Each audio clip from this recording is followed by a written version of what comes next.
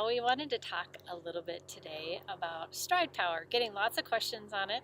We tried to use it a couple years ago when it first came out, and to be honest, the metrics are a little bit wonky, and now it's integrating very well into Training Peaks. And so we wanted to go over it a little bit more and tell you our experience on it and thoughts on it. Yep. We think that it's still in its early stages, very early stages. I think that there's a lot of good that is coming from it as far as the metrics and different utilizations for it. But again, it is still in the very early stages. Christine and I both run with Stryd Power meters.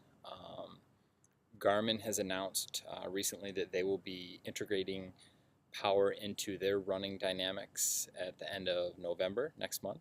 So they're going to have different watches like the 935, anything that has a barometric pressure sensor in it will be able to do the running power from it. So those are going to be the two companies that are going to have the different running powers. So again, we utilize Stryd. We think it's a great tool, but it is still very infantile, and there's a lot of pros and some cons to it too, but the way that we've been utilizing it, we're seeing a lot of good trackable metrics from it.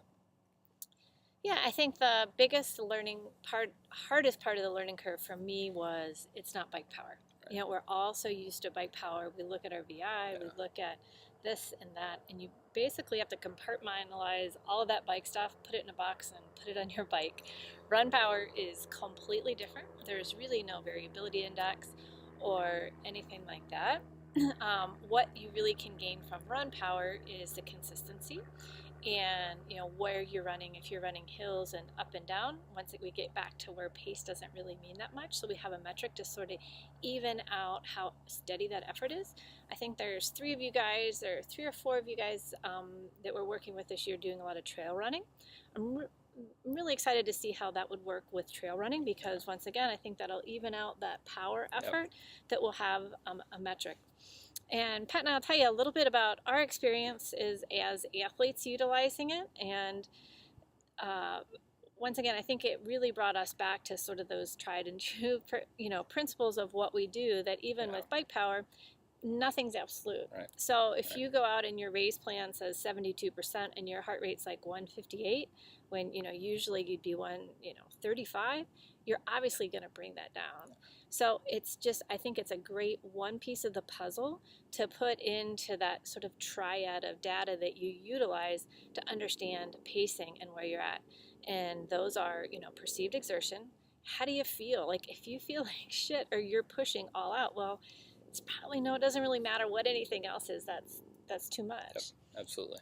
And the same thing with heart rate.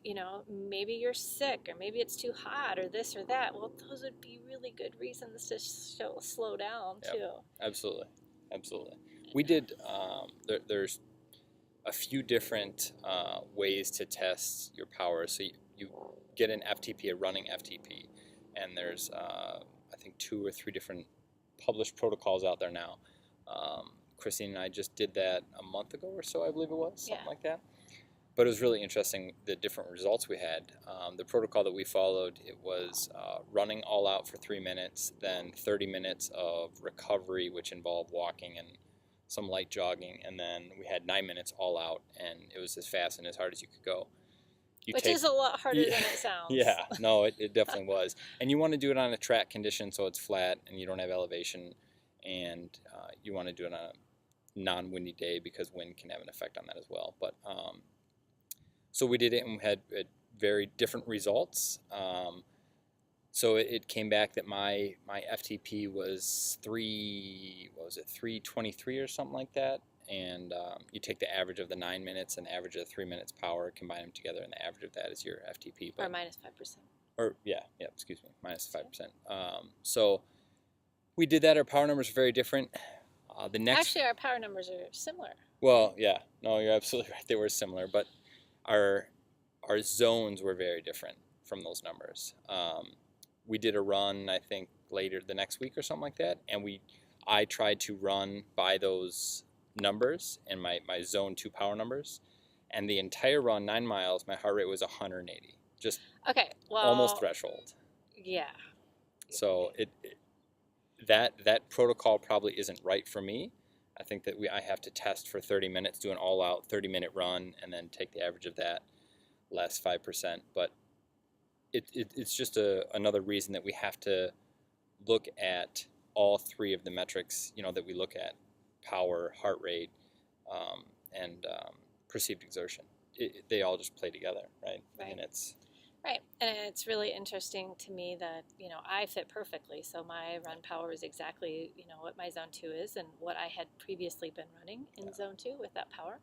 And I thought, just looking back on different testing protocols and things that we've done over the years, I thought it was really interesting that it was almost inversely effective from the VO2 max testing. right. And we really got involved, and a lot of you guys have been with me for a while. We had maybe 20 athletes do VO2 max testing, maybe 2 years ago or 3 years ago now. And for the newer athletes, those newer to running or cycling, the VO2 maxes came on pretty much spot on. Yep. But myself and 2 or 3 other athletes who'd probably been in the sport about 10 years, like my zone 2 heart rate came back at 165 or something. Something that I obviously could never. That's what I race at. Obviously that's not a zone 2 power. And the same thing, for you to see that, your zone 2 power is putting you at a heart rate of 180. Yeah, I mean, Like, it's obviously not physiologically possible to Right. have zone 2 at 180. No. So you always have to have a little common sense, but it's still nice that, now Pat can go out and do this 30-minute effort, or he can all see what what his zone 2 power is when your heart rate's in zone 2. Yep. And take that to, when you go back to the Morton Arboretum, you go back to a hilly, traily kind of course and utilize that number to consistently stay steady. Yep. Where we really look forward to utilizing it, and that's why we sort of secretly hope that you guys all do this, because the more data we see, the more that we learn and that we can transfer to other athletes, is, really looking to how does this work with racing. There's quite a few of us that are racing this weekend, with power, so we're really excited to see those results and how it plays off. But with that said, I think we haven't touched yet on the most important thing about power is really learning about running efficiency and running form by that. I think it was really interesting. We were at a WKO4 clinic last year, and one of the things that's been very challenging with running is that efficiencies are so different. When you're on the bike, good form and bad form can cost you, 5 to 20%, with the majority of people within 5 to 10%, and 10% is still a lot, right? All of us would love another 10%, but running efficiency can be up to 70%. So those who are incredibly efficient to those of us who probably aren't, such a significant differential. Yeah. So once again, we talked about working with a PT or something to improve that. But, there's also a school of thought that says you are what you are, and you're going to become better at it as you run more. And as you run more, not only are you becoming more aerobically efficient, but your body is just naturally learning how to put your form for your body in that best position. But it's still sort of fun to measure that and see that. So leg spring stiffness is one of the metrics that is measured on the Stryd. Yep. That's a very cool metric too, because what that's measuring is essentially the amount of energy that you're releasing in your ankle joint from tendons and your joints. And so essentially that's free power, right? That's the power that your body's producing just from that joint and the spring of that joint. So there's research out there that says that can be trained and that can be improved, and that's a metric that we can track too. So we can have, there's some different exercises that you can do in different ways that people have documented that is improving, and so that's free power. That's not taking anything from your energy systems at all. So that's just a way to get free power. It's a very cool metric, and that's something that's tracked through the power meters as well. Yeah. Yeah, so it's and it's fun to see, I think, with the athletes that we've looked at, of how quickly good run form falls off. Yeah. Where you don't, you see that, I guess, your heart rate, you're always going to have some cardiac drift or some fall off. But, according to this data, a lot of that fall off in pace to heart rate from almost every person's run is also going to be because of the change in form. Even when you don't feel fatigued, like a 3-mile run, I'll still have fall off from that.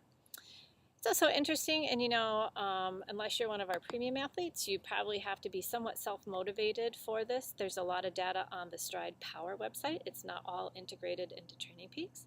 And also Pat's putting together some really cool charts in WKO4. If any of you guys are interested or interested in getting into WKO4, which is sort of that next level of analytics, we'd love to share that chart with you, and obviously in many others. Yep, absolutely. So what are you looking at in WKO4 with that, Pat? Currently putting together some charts.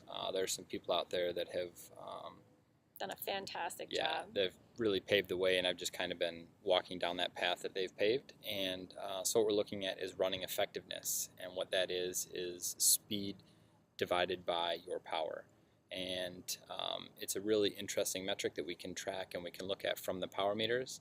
So we can take a look at a run, a 5K run, 10K run, or a half marathon or marathon, and it'll show us your effectiveness of that. So essentially, speed divided by power. And what we're looking at is you want to be somewhere about 1. That's about average. World-class athletes are about 1.05 to 1.06. But it's just how well you're able to, how effective you're able to run, to put your energy into power, into speed.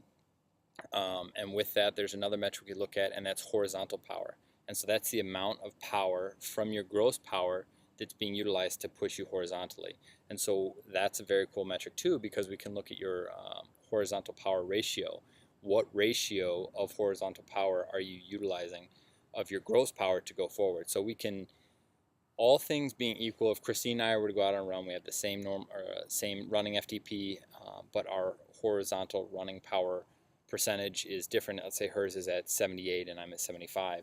All things equal, she's going to beat me in that race because she has more power pushing her forward from her run. So it's very cool metrics that we have. And again, it's all about form too. We can look at that stuff in graphs, and we can see that in a race. If your running effectiveness is dropping off, if you're coming down to 0.9, 0.95, you're not being as effective as you were in the beginning of that race. So it's a very cool metric. We can estimate times for half marathons and marathons with it. It's just, there's so much that we can do. It's really exciting stuff. The charts are coming along pretty great, and like Christine said, we'd love to share that stuff with you. That's kind of what we geek out about, is all that data. So yeah, so really exciting stuff. And I guess we should backtrack a little bit. Stryd is actually a little pod that is placed on your shoestrings. And it's about $200, retails for $200. You can go to stryd.com and read more about that. Getting it set up, it's a little tweakiness. Yeah. You have to do that through an IQ app in Garmin. So the first, you want to make an account at stryd.com, and then that's where you're going to see a lot of those. If you don't want to get WKO4, if you want something in addition to it, there's a lot of metrics to be had on there. Yep. And then you want to connect it, but it connects not like a power meter, your bike power meter, but connects through an IQ app that you need to download to your device, and then locate that. Yep, that field. You have to have a device that has IQ apps enabled. A lot of the newer device, 735, 935 bike computers. Does the 920? The 920 does not have the IQ fields. I don't believe so. I'm not 100% sure on that. I didn't think so. But so there is a little learning curve. Yeah, learning curve to it. I mean, we can definitely help you with that. We should put up some protocols actually for that. Yeah.